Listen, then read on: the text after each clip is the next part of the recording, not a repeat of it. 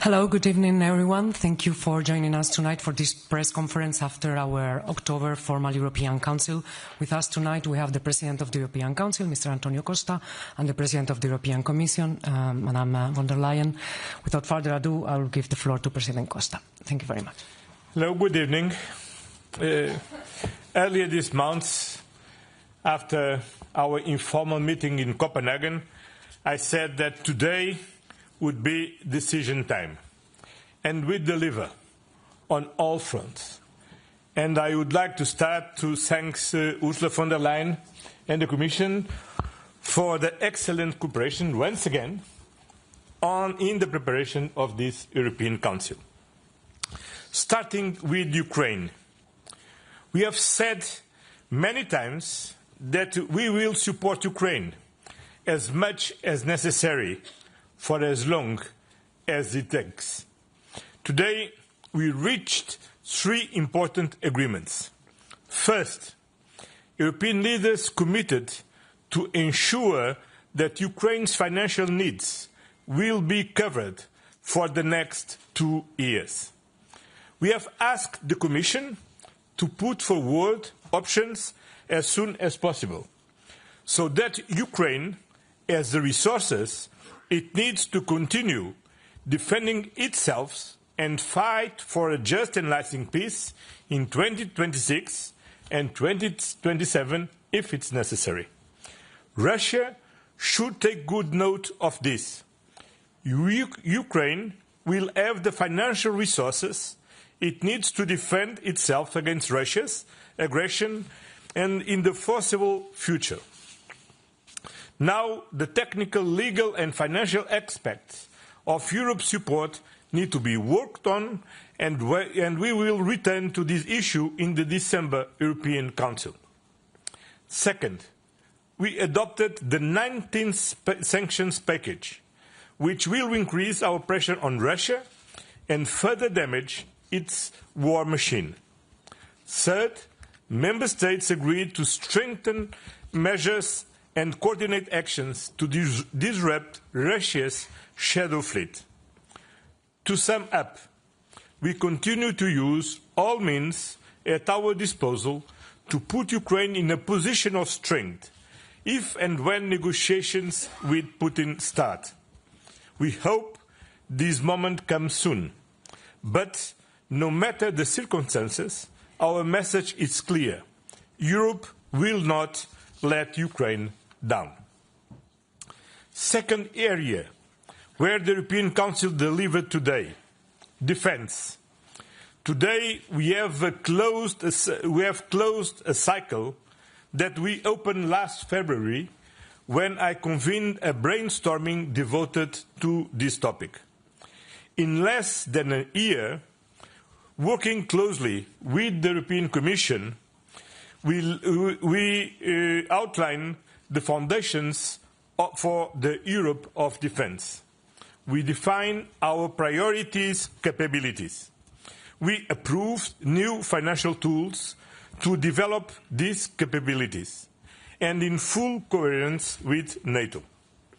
Our priorities now are clear, starting with anti-drone and air defence, and looking naturally priority to the eastern flank. Our timelines as well. Step 1 will be finalized by the end of this year, the capability coalitions that will drive these projects forward. Step 2 will be to launch and advance on concrete projects in early 2026. Member States will be in the driving seat to push our joint efforts forward with a bigger role for the Ministers of Defence and the European Defence Agency. Europe's defence is not just about spending more. It's about spending smarter, working together and delivering for our citizens. This is how we build Europe's sovereignty and the roadmap on defence readiness that the European Commission and the High Representative presented today was a decisive building block for that. Third, competitiveness and climate. Europe is at the forefront of climate action, turning this challenge into economic opportunities, positioning itself as a leader in the technologies of the future. Today, we reaffirmed our commitment to the Paris Agreement and also agreed that we need to be pragmatic and flexible in our strategy to make sure that Europe's climate ambitions and the competitiveness of our economy, of our industries, go hand in hand and leave no one behind. Looking ahead to 2040, we are setting a clear and realistic path to achieve our climate targets by making sure our transition is just and affordable for citizens and businesses, by supporting the modernization and decarbonization of our industries, by following the principle of technological neutrality to make sure that we achieve our objectives in the most cost-efficient way, and by guaranteeing that the transition contributes to a strong European industrial base. At the same time, we will encourage innovation. We will invest in clean and digital tech, ensuring Europe stays ahead of in the global race. This is what our discussion was about. And I believe that today's meeting, together with Ursula von der Leyen's recent letter, have helped create the right conditions for 2040 EU climate target to now be decided in the Council. As Mario Draghi's report showed us a year ago, Europe needs to become more competitive to secure its future. The clean and digital transition, along with our simplification efforts, which have decided to push forward decisively, we are key parts of our agenda to ensure Europe's international competitiveness. Last but not least, to be stronger externally, we need to be strong internally. And the leaders also need to be focused on the European citizens' daily concerns. Housing affordability and accessibility are among the most pressing concrete issues for millions of Europeans. While in this area competence remain at national, regional and local level, I wanted European leaders to come together and discuss how the European Union can complement and support their efforts. And our debate was very useful and it was concrete. And it has offered political guidance for the preparations of the European Affordable Housing Plan by the European Commission. The European Union institutions are fully engaged in helping address this crisis. We must do everything in our power to tackle it. It is what our citizens expect from us. In conclusion, today the European Council delivered concrete measures on Ukraine, defence, climate and competitiveness, and we open a new cycle for housing policy. And we will keep delivering for our citizens, for our future, and for our place in the world. Thank you very much. Madam President. Yeah, thank you very much, dear Antonio. Indeed, we had a very good discussion, and we made progress in a number of areas. Let me also start with Ukraine. Indeed, this morning we adopted the 19th sanctions package. It is a wide-ranging and extensive package that hits at the heart of the Russian war economy. And in parallel, the United States is proceeding with its own set of sanctions on Russia. So these are two very welcomed moves at the same time. Because, of course, together with our partners and allies, we have a greater impact. And we will keep up pressure on Russia for as long as it takes, just as we've always said that we will stand by Ukraine for as long as it takes to secure an end to the killing and a just and lasting peace. This was also today our message to President Zelensky. We had a good discussion on the reparations loan to be financed with the immobilized Russian assets, and it allowed us to identify points we still need to clarify, and then indeed we will come back with the different options that we will develop. Let me underline again, we will always respect European and international law while we are taking this work forward that we've just described. Now, indeed, our second topic was defence. And we had a very positive discussion today on the roadmap of readiness for Readiness 2030. The roadmap, as you know, identifies the capability gaps we have in the European Union, very closely coordinated with NATO, of course. And the roadmap describes objectives and different milestones and deadlines to reach our goal to fill these capability gaps by 2030. It is a 360 degrees approach, so the principle is very simple. Our security is about protecting our borders. Today it is in the east, but tomorrow it might be in the south. So it is started as a real 360-degree approach. The flagship projects that we have identified are a very clear example for this. They are pan-European, they are cross-cutting in nature, and of course they can be projects of common European interest. You mentioned the Drone Alliance, or for example the Eastern Flank Watch, but also the space defence or the air shield, the European air shield, are typical examples. Now, very important in the discussion was the fact that, as we will have with the roadmap, a surge in defence expenditure, it is for us very important that these defence investments are an engine for growth.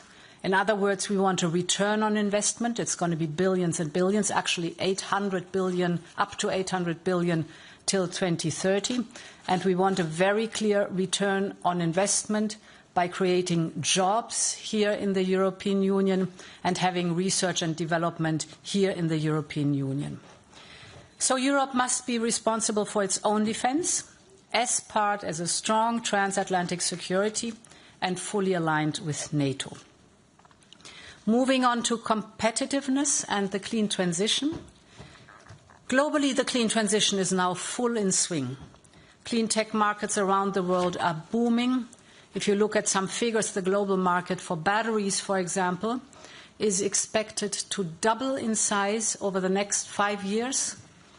The global market for wind turbines continues to rise by over 10% every year. And if you look at the developing economies across Asia, Africa, and Latin America, last year the sales of electric cars have risen by 60%. So this is not only good news for the climate, it is also a great economic opportunity. And the discussion was among us whether we want to reap the benefits of this global clean tech boom or just let others profit from it. And of course, the answer is very clear. We are going all into this competition. And there were 3 points that we emphasized in this discussion. The first is we must support more clean products that are made in Europe. This gives us also independence. So we will introduce a Made in Europe criterion for public procurement in some strategic sectors. Overall, if you look at public procurement, it's round about 14% of the European GDP, so an enormous firepower, financial firepower, that is potentially in the hands of governments.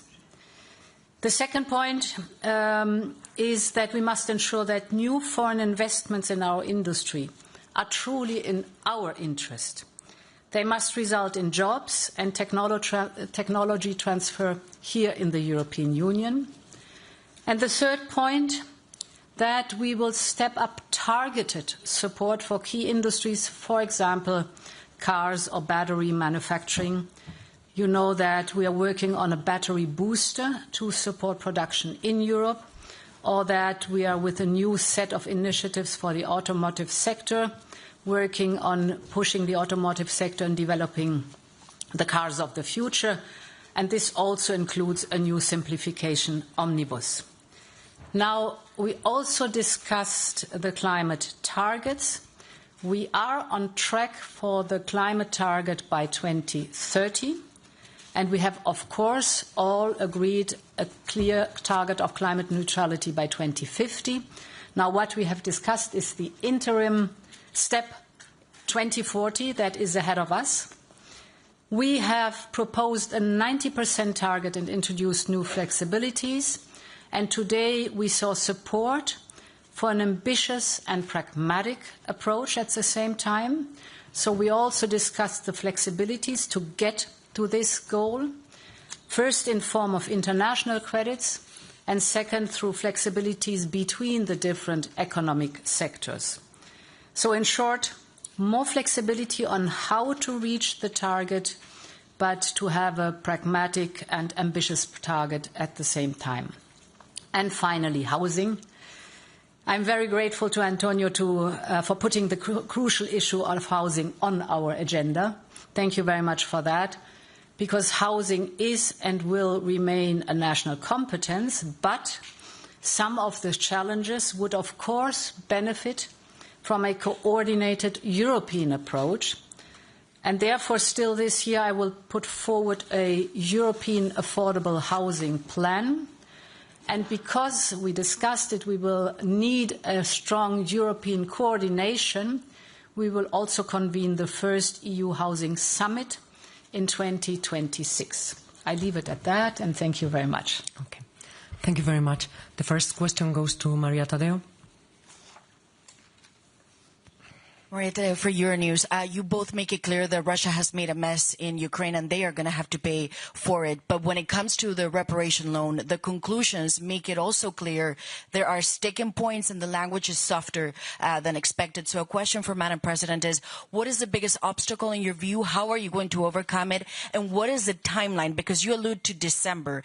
Is that a deadline for you? This question of the reparation loan should not go into 2026. And then for President Costa, you've always said a veto is not a right, it's a responsibility. So how are you going to bring in the Belgian Prime Minister on board, given that today he seems to have played it pretty tough? Thank you so much. Yeah, indeed.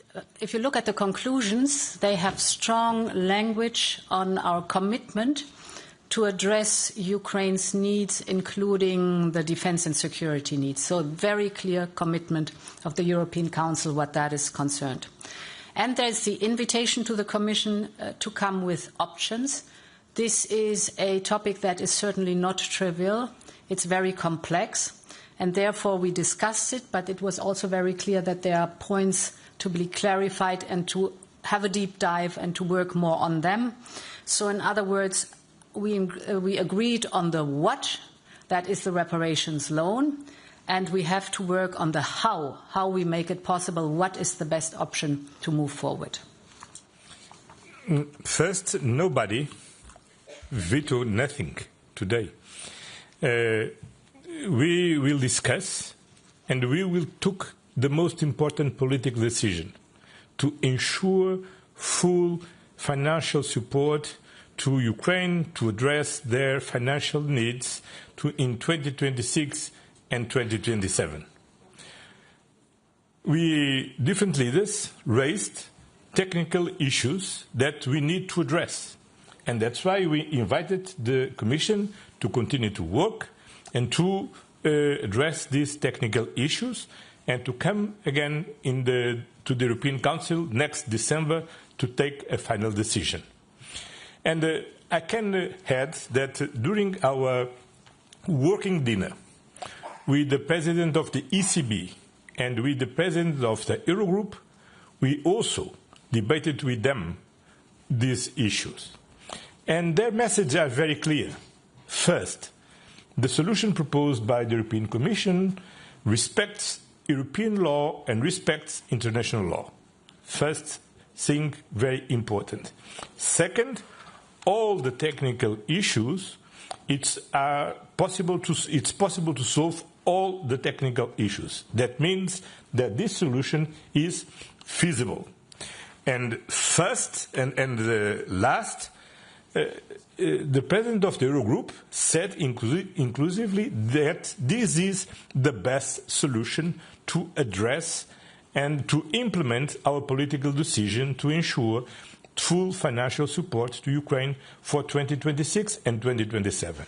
And this political decision is the most important message to Russia. That means that Ukraine will have the means that they need to continue to fight for a just and lasting peace, for defend themselves for Russia aggression, and Ukraine can continue to count on the European Union to support Ukraine. They are not European fatigue. We are ready to continue to work to support Ukraine. Thank you. Mark Peperkorn. Mark Peperkorn, Volkskrant. I want to follow up on this, especially on the how of the reparations loan. When I read the conclusions about the options, I thought this is remarkable. So therefore, my first question for both presidents, is there another credible, substantial option to help Ukraine financially apart from using the frozen assets? That's one. Or two, did I misunderstand the conclusions? And do you mean with options only, yes, we will use these assets, but the option is in what way? Thanks. I think it was very clear in the discussion that if you look at options, it is as at options how to use the immobilized assets. Potentially, there are always other options than using the immobilized assets. Therefore, the clear commitment of the European Council to cover the financial needs in the next 2 years, very clearly including the defense and security needs of Ukraine, is the first statement that always has to be there. Then the focus is on the immobilized assets, and here to look at different options. Indeed, I can only underline that the President of the European Central Bank and the President of the Eurogroup both were very clear that they said these are elements to be addressed, but they can be addressed. This was very clear in both their statements. And I think for us also is very important to send the message we are in for long haul. No matter what, we are in for long haul. As a politician, I know that there are always an alternative. This is what is about politics. And the politics decision is about to take the best decision. And for this, we need to compare pros and cons. And I think the Commission found a very clever, innovative solution. But of course, like all other solutions, have pros and cons. And what a responsible body as the European Council needs to do is to ask for the alternatives, to compare the alternatives. And that's the reason because we asked the Commission to present and to the Council to analyze, and then we come it comes again to the European Council in December to take a final decision. Okay. Next question to Le Soir. Thank you. Thank you. Agathe de Clercq for Le Soir. Thank you for the briefing. The Secretary General for the United Nations, Antonio Guterres, said yesterday that overshooting the 1.5 degree target was inevitable.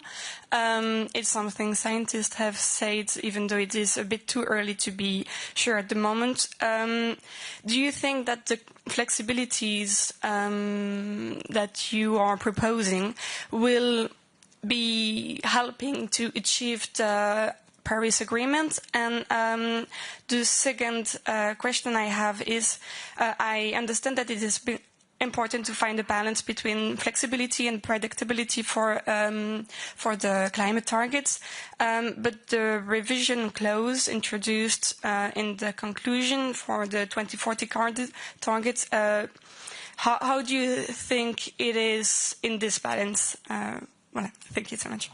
I'll start.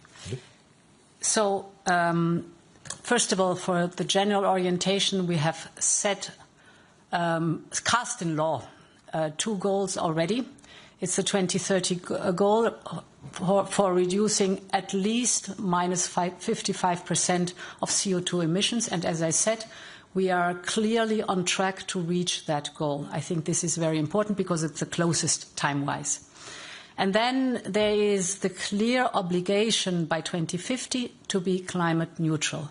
This is also cast in law, agreed by all 27 member states. So there's a broad consensus that we want to be climate neutral by 2050. And now the 2040 goal is on the way towards climate neutrality. And indeed, I mean, this is a huge transition we are undergoing. And it is quite a long time to move forward, quite a long way to go. And therefore, it is important to be very firm on keeping the goal in mind, the 2040 goal, but to be flexible, pragmatic, adaptable on the way forward. And this includes the flexibilities. Flexibilities, of course, in a limited form, what international credits are concerned, but also the flexibility that you can, for example, work or get these CO2 emissions down with working with different sectors. It depends very much on the member state. The 27 member states have different situations, so not one size fits all, but it gives them the possibility to reach the common target while choosing the delivery in the sectors that are the most suitable for that. So what was important for us, stay the course, 2050 climate neutrality. We are well on track by 2030, and now we have to define how we get in the most pragmatic but efficient way to the 2040 goal. Okay, we have time for one more question. To El País, please. Thank you very much, Celia Yusuf from El País newspaper. It's on Mercosur because there's nothing on the conclusions on that, but Chancellor Friedrich Merz mentioned that there was a discussion on this and there was an agreement so that Mercosur could be finally signed on December 19th. So I wanted to understand if there's an agreement on that or if you can clarify. Thank you. Vale. No habemos... Wait a second. Yes, we do have under my control. No, you can make confidence. Always. No ha habido una discusión sobre eso. He pedido a los líderes que hablen con sus embajadores para resolver problemas técnicos con las traducciones, de modo que podamos aprobar sin firmar el acuerdo en tiempo. Eso es. Nada habíamos decidido, no habíamos discutido. He hecho un pedido a los líderes para que hablen con los embajadores, para que sean proactivos para resolver problemas que tenemos con las traducciones, arreglar esto al tiempo de firmar, cuando lo queremos firmar antes del final del año. Gracias. Gracias. Thank you very much. Have a good evening.